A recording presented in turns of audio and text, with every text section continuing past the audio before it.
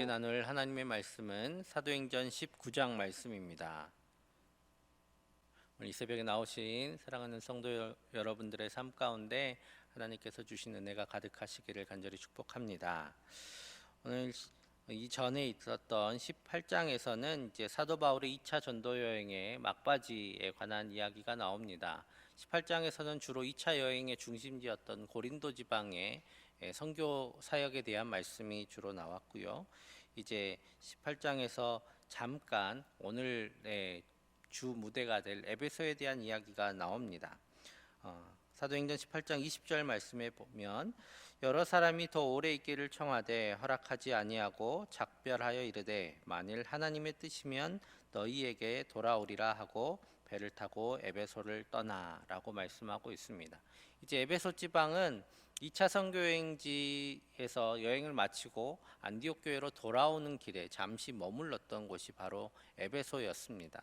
에베소에서는 잠깐 머물러서 이제 회당에서 하나님의 말씀 복음을 전하였는데 이때 몇몇 사람들이 그 말씀을 더 듣고 싶었는데 일단 지금 사도 바울은 돌아가고 있는 일정이었어서 그래서 그 나중을 기약하고 떠나오게 됩니다. 그렇게 잠시 들른 에베소가 이제 3차 전도 여행에서는 중점적인 사역의 장소가 됩니다. 오늘 이 에베소에 대해서 이 사도행전 19장은 어떻게 말씀하고 있냐면 두 해 동안 그곳에서 사역을 했다라고 하는데 나중에 사도 바울이 이제 3차 전도 여행을 끝나고 안디옥 교회로 돌아가면서 잠시 만났을 때에 장로들에게는 3년 동안 사역을 했다라고 이야기를 합니다. 즉 한 3년 동안 이 에베소를 중심으로 머무르면서 사역을 했던 것이죠. 이는 바울의 전도 여행 기간 중에 가장 긴 시간 동안 한 장소에 머물면서 전도했던 장소입니다. 이곳에서 먼저 사도 바울은 그 에베소 교회의 기둥이 될 귀한 일꾼들 12명의 성도들을 만나게 됩니다. 오늘 5절에서 7절 말씀입니다. 우리 같이 읽겠습니다. 5절에서 7절 시작. 그들이 듣고 주 예수의 이름으로 세례를 받으니 바울이 그들에게 안수하매 성령이 그들에게 임하심으로 방언도 하고 예언도 하니 모두 12사람쯤 되니라. 아멘. 이들은 먼저 아볼로 등을 통해서 예수님에 대한 이야기를 들었던 사람들이었습니다. 그 당시 이제 세례 요한은 아주 유명했던 분이세요. 세례 요한의 이야기가 매 복음서마다 나왔다라는 것은 많은 사람들이 세례 요한에 대해서 알고 있었다라는 의미이기도 합니다. 세례 요한이 선포했던 것 바로 내 뒤에 메시아가 오실 것이다라는 그 선포를 많은 사람들이 듣고 메시아를 기다리고 있던 찰나였던 것이죠.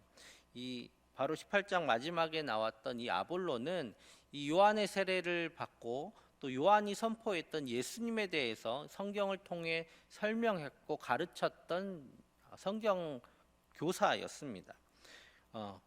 그런 사람들, 그러니까 메시아를 기다리고 있던 사람들이 에베소에 있었다라는 것이죠. 그래서 그곳에 바울이 갔을 때에 예수님에 대한 가르침을 기다리고 있었던 사람들이 그곳에 이미 있었습니다.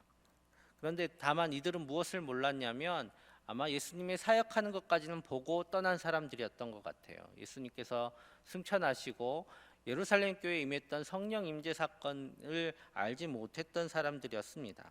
그래서 사도 바울은 주 예수님의 이름으로 다시 그들에게 예수님을 가르치고 세례를 베풀 때에 그들에게 성령님이 임재하셨죠. 그래서 에베소 교회는 이들을 중심으로 든든하게 서가게 됩니다. 우리는 홀로 하나님의 일을 하는 것처럼 보일 때가 있습니다. 가끔 되게 외로울 때가 있어요. 그런데 하나님께서는 늘 우리 앞서 행하시면서 우리에게 필요한 일꾼들을 그곳에 보내주십니다. 그래서 우리 스스로 내가 혼자 이 일을 했다라고 자만하지 않도록 늘 우리를 하나님의 인도하심 가운데 우리가 있음을 깨닫게 하여 주십니다. 18장에서는 고린도에 정말 사도 바울이 외로운 마음으로 갔죠. 정말 두렵고 떨리는 마음으로 갔다라고 했을 때에 18장에서는 브리스길라와 아굴라가 그곳에 있었습니다.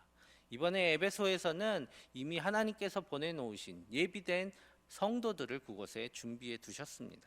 그래서 그들을 통해서 12명의 제자가 제일 먼저 세례를 받고 에베소 교회를 든든하게 세워갑니다. 바로 우리를 돕는 형제 자매들을 하나님께서 보내주셨음을 우리가 알고 또 함께 이 하나님의 선한 일들을 행할 수 있도록 하나님께서 준비해 두셨음을 알고 이 귀한 형제 자매들을 함께하는 일꾼들을 동역자들을 하나님이 보내신 사자들로 알고 존귀히 여기고 감사하는 우리 모두 되기를 간절히 축복합니다. 그 뒤로는 이제 사도 바울은 늘 하던 대로 유대인의 회당에서 하나님의 말씀을 전하기 시작합니다. 그 당시 유대인들은 아무튼 뿔뿔이 흩어져서 모든 도시마다 유대인의 회당들을 다 만들어 놨습니다. 유대인이 12명이 모이면 회당을 만들게 되어 있대요. 그래서 회당이 세워져 있는 곳이 거의 모든 도시마다 있었습니다.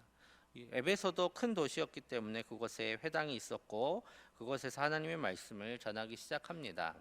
왜 회당에서 말씀을 전하냐면 예수님에 대한 것은 바로 구약 성경에 하나님께서 약속하신 대로 오신 분이시기 때문에 일단은 구약 성경에 대한 어느 정도 이해가 있어야 이해하기가 쉽습니다. 이방인들은 말 그대로 처음부터 끝까지 다 가르쳐 줘야 하지만 유대인들에게는 구약 성경을 굳이 가르칠 이유가 없죠. 대신에 그것에 대한 해석을 하고 예수님께서 그것을 위해 오셨다라고 선포하면 되는 것이었습니다. 그래서 그렇게 회당에서 말씀을 풀어 이제 예수님을 증거하고 있었는데 문제는 사도 바울이 복음을 전하는 곳마다 일어났던 일들이 있었죠. 바로 유대인들이 듣는 사람들은 듣고 또 듣지 않는 사람들은 복음을 비방하고 또 방해했던 일입니다. 그래서 사도 바울은 그곳에 얽매여 있지 않고 이제 예수님을 믿기로 작정한 사람들과 따로 나와서 두란노 서원에서 매일 말씀을 가르쳤다라고 말씀하고 있습니다. 두란노 서원이 도대체 뭐 하는 곳인가라고 궁금해하시는 분도 있으신데 두란노는 사람 이름 같아요. 그 당시 이제 수사학이나 뭐 그쪽은 많은 그 교사들이나 강사들이 있었기 때문에 어떤 유명한 강사가 썼던 서원은 이제 강의실을 의미합니다. 두란노 서원에서 어떤 한 강의실을 빌렸거나 또 빌려주었거나 해서 그곳에서 매일 말씀을 가르치게 됩니다. 그것을 무려 2회 동안 지속하게 되면서 많은 사람들이 복음을 듣게 됩니다. 그래서 이 10절 말씀에 이렇게 말씀하고 계세요. 2회 동안 이같이 하니 아시아에 사는 자는 유대인이나 헬라인이나 다 주의 말씀을 듣더라. 아멘. 여기서 보면 에베소에서 이 말씀을 가르쳤는데 에베소라고 하지 않고 아시아라고 말씀하고 있습니다. 이 사도 바울이 이 2해 동안 에베소에만 머물렀던 것이 아니라 에베소를 이제 거점으로 가까운 아시아 지역에 계속 선교 여행을 다니면서 교회를 세우게 됩니다. 그렇게 세워진 교회가 바로 요한계시록에 나오는 아시아의 7교회들입니다. 그래서 아시아의 7교회는 에베소 지역을 중심으로 그 근처에 이렇게 위치하고 있는 교회들이었는데 에베소에서 사도 바울은 가까운 지역을 두루 다니면서 말씀을 계속 전하고 제자들을 세우고 교회를 세웠음을 알 수가 있습니다. 지금껏 사도 바울의 전도 여행을 쭉 이렇게 새벽마다 보셨는데요. 오늘 에베소 19장 읽어 보시면서 왠지 19장에서는 이 에베소에서는 사도 바울이 고생을 좀 덜한 것 같다라는 느낌이 들지 않으십니까? 이렇게 안정적으로 선교 사역을 할 수 있었던 것은 에베소 교회가 거의 유일한 곳입니다. 3년 동안 머물면서 안정적으로 선교 사역을 했던 것이죠. 그래서 교회를 세우고 또 성도들을 세우고 교회의 일꾼들을 세워갈 수 있었던 시간들, 그것이 바로 이 3년의 시간이었습니다. 그 전에 이제 오랫동안 사역했던 것이 고린도 교회였었는데 고린도 교회는 고린도 전후서를 잘 읽어보면 사도 바울이 많은 고초와 힘든 가운데 세워왔던 교회였음을 알 수가 있습니다. 그런데 에베소에서는 안정적으로 그리고 체계적으로 선교할 수 있는 여건들이 허락되게 됩니다. 세 번째 전도 여행에서 비로소 이 장수가 많지 않아요. 3차 전도 여행은 짧지만 기간으로는 가장 긴 기간을 전도했던 시간들이죠. 바로 귀한 열매들이, 많은 열매들이 맺혀졌던 시간임을 알 수가 있습니다. 하나님의 일을 할 때 매번 여건이 좋을 수만 있는 건 아닌 것 같아요. 그리고 결과가 늘 좋은 것은 또 아닙니다. 때로는 좋고 때로는 힘겹게 하나님의 일을 할 때도 분명히 있습니다. 중요한 것은 그 일을 꾸준히 해 나가는 것입니다. 하나님의 때가 언제인지 우리는 알 수 없기 때문에 매번 최선을 다해서 우리가 할 수 있는 만큼의 사역을 또 하나님의 일을 해 나가는 것이죠. 사도 바울은 마침내 이 마지막 3차 여행을 통해서 비로소 안정되게 하나님의 귀한 일들을 해 나갈 수 있었습니다. 이 또한 사도 바울이 계속해서 하나님의 말씀을 들고 전도 여행을 해 왔기 때문에 가능한 일이었습니다. 그래서 사도 바울은 이렇게 하나님께서 주신 경험들을 토대로 하나님의 말씀을 전하고 있습니다. 갈라디아서 6장 9절에 우리가 잘 아는 말씀입니다. 우리가 선을 행하되 낙심하지 말지니 포기하지 아니하면 때가 이름에 거두리라. 아멘. 우리가 세상에 행하는 일들, 선한 일들, 하나님의 일들, 열매가 당장 보이지 않는다고 해서 포기하는 것이 아니라 하나님의 때가 언제인지 우리는 알 수 없지만 하나님께서 언젠가 이것들의 열매 맺게 하실 줄을 믿고 꾸준히 그 씨를 뿌려낼 때에 하나님께서는 그 씨가 열매를 맺어 거두게 하실 날을 또한 우리 가운데 허락하여 주실 줄 믿습니다. 그렇기 때문에 낙심하지 말고 포기하지 않고 꾸준히 복음의 씨를 뿌리고 또 선한 행실을 이 땅 가운데 보이는 귀한 우리 모두 되기를 간절히 소망합니다. 오늘 20절 말씀은 신약 성경에서는 아주 특별한 말씀입니다. 우리 20절을 한 절 말씀이니까 같이 읽겠습니다. 이와 같이 주의 말씀이 힘이 있어 흥왕하여 세력을 얻으니라. 아멘. 이런 말씀은 신약 성경에서 찾아보기가 쉽지 않아요. 세력을 얻었다. 이런 말씀 찾아보기 참 어려운 말씀입니다. 도대체 어떤 일이 일어났을까요? 이 20절 앞쪽에 있는 말씀 11절에서 19절까지의 말씀 안에는 사도 바울을 통해서 하나님께서 역사하셨던 수많은 표적들과 그리고 그 표적들을 보고 따라했던 일부 사람들, 특별히 마술했던 사람들의 이야기가 나옵니다. 그 당시 에베소는 이 마술로 아주 유명했던 지역이라고 합니다. 그래서 마술에 관련된 많은 문서들도 있었나 봐요. 그래서 그 문서들을 에베소 문서라고 할 정도로 마술에 관련된 많은 일들이 그 가운데 있었습니다. 그런데 복음을 통해서 또 사도 바울을 통해서 하나님의 역사가 드러나고 이를 통해서 거짓된 마술들에 대한 진실이 드러나게 됩니다. 그래서 특별히 이 마술을 통해서 귀신을 쫓아냈던 일들을 많이 했던 것 같아요. 그런 귀신을 쫓아낸다며 사람들을 현혹했던 무리들이 이제 회심하고 그 악한 행위로부터 돌아오는 사건이 바로 이 20절 전에 있던 11절에서 19절의 사이에서 나타나게 됩니다. 그러면서 이 회심한 사람들이 책을 팔아버리는 게 아니라 불태워버리죠. 불태웠다라는 것은 아주 중요한 의미입니다. 이것들이 무가치하고 해가 된다라는 의미인 것이죠. 그들이 회심하고 그 책들을 불태워버리는데 무려 은 5만의 가치가 있었다라고 합니다. 이 5만이면 거의 10달란트에 달하는 엄청난 금액의 가치가 있었던 그 책들을 태워버리죠. 이처럼 아시아와 에베소 지역에 하나님의 말씀이 힘을 얻었고 복음이 전파되면서 많은 사람들이 하나님의 말씀이 주는 그 능력을 또 영향력을 느끼고 어둠의 세력이 밀려났다라고 성경이 증언하고 있는 것입니다. 그러면서 일어났던 이 위기 가운데 일어났던 사건이 이제 이 이후로 나타나게 되는데요. 23절에서 마지막 41절까지의 말씀은 한 소동에 대해서 증언하고 있습니다. 그런데 이 사건은 지금까지 사도 바울이 복음을 전할 때마다 일어났던 핍박 사건과는 좀 궤를 달리하는 그런 사건입니다.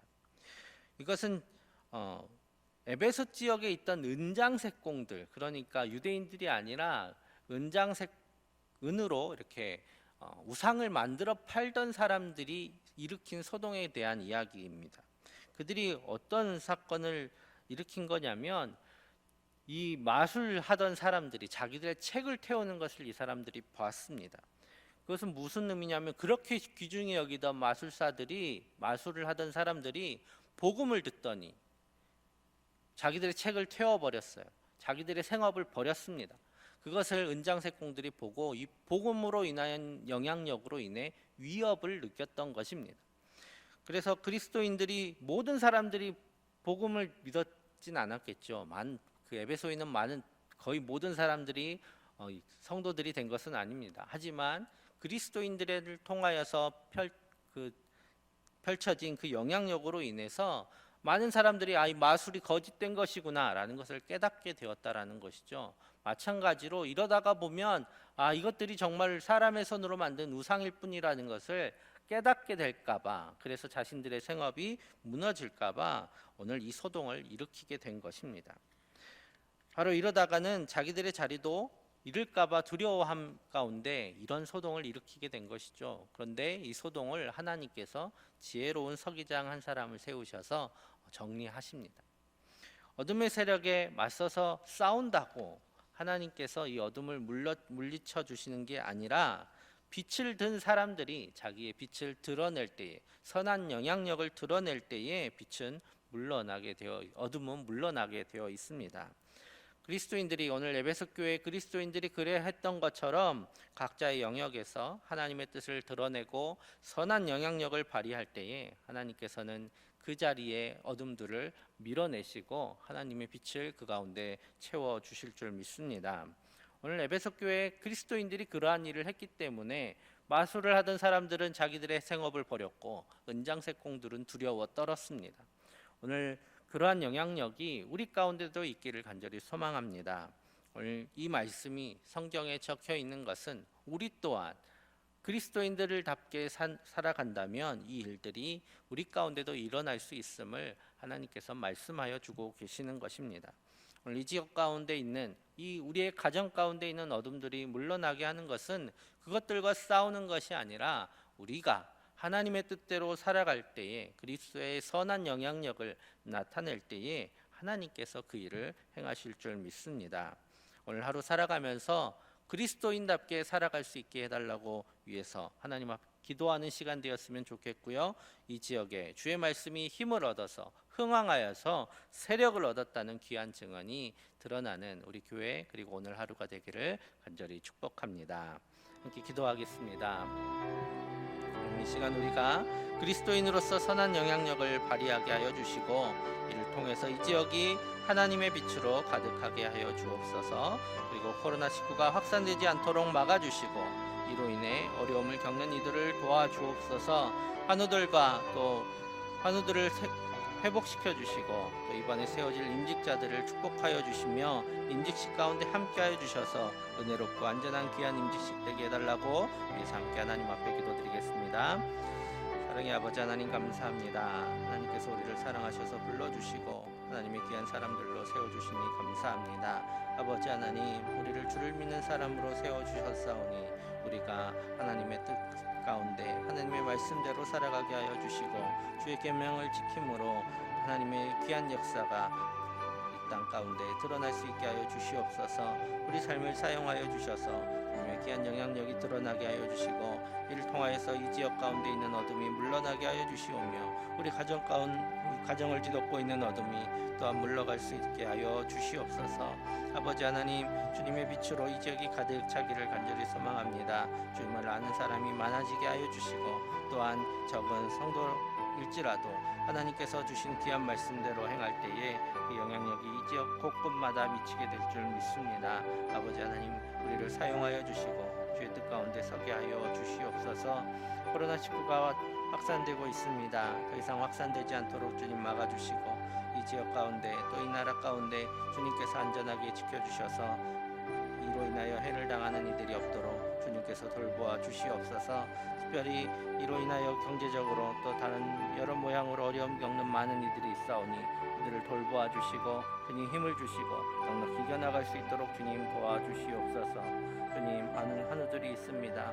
그들의 삶을 주님 지켜주시고 또한 안정케 하여 주셔서 하나님의 은혜 가운데 다시 회복시켜 주실 줄을 믿습니다. 아버지 하나님 찾아가셔서 위로하여 주시고 힘을 주시고 또 안수하여 주셔서 깨끗하게 치료하여 주시옵소서. 주님, 우리 교회 가운데 귀한 일꾼들을 허락하시고 또한 세워주심을 감사합니다. 그들의 삶을 통하여 하나님 영광 받아주시고 우리 교회가 든든히 서갈 수 있도록 주님 붙들어 주시옵소서. 이제 임직식을 12월 6일 날 드립니다. 아버지 하나님, 임직식 가운데 하나님의 은혜가 가득하게 하여 주셔서 귀한 소명을 받고 결단하는 귀한 시간 되게 하여 주시고 온 교회가 축복하며 주님 귀한 일꾼들이 세워짐을 주님 기뻐하게 하여 주시옵소서. 임직식 가운데 주님 함께 하셔서 안전하게 하시고 주님의 은혜로 채워주셔서 하나님의 귀한 은혜만 가득한 귀한 시간 될 수 있도록 주님 인도하여 주시옵소서. 사랑의 아버지 하나님, 감사합니다. 우리를 주를 믿는 사람들로 세워주시고 그리스도인이라 칭하게 하여 주시니 감사합니다. 주님, 그 말씀을 우리가 들었사오니 그 말씀대로 살아가게 하여 주시고 그래서 주님의 귀한 능력이 우리의 삶을 통하여 드러나는 귀한 역사가 일어나게 하여 주시옵소서.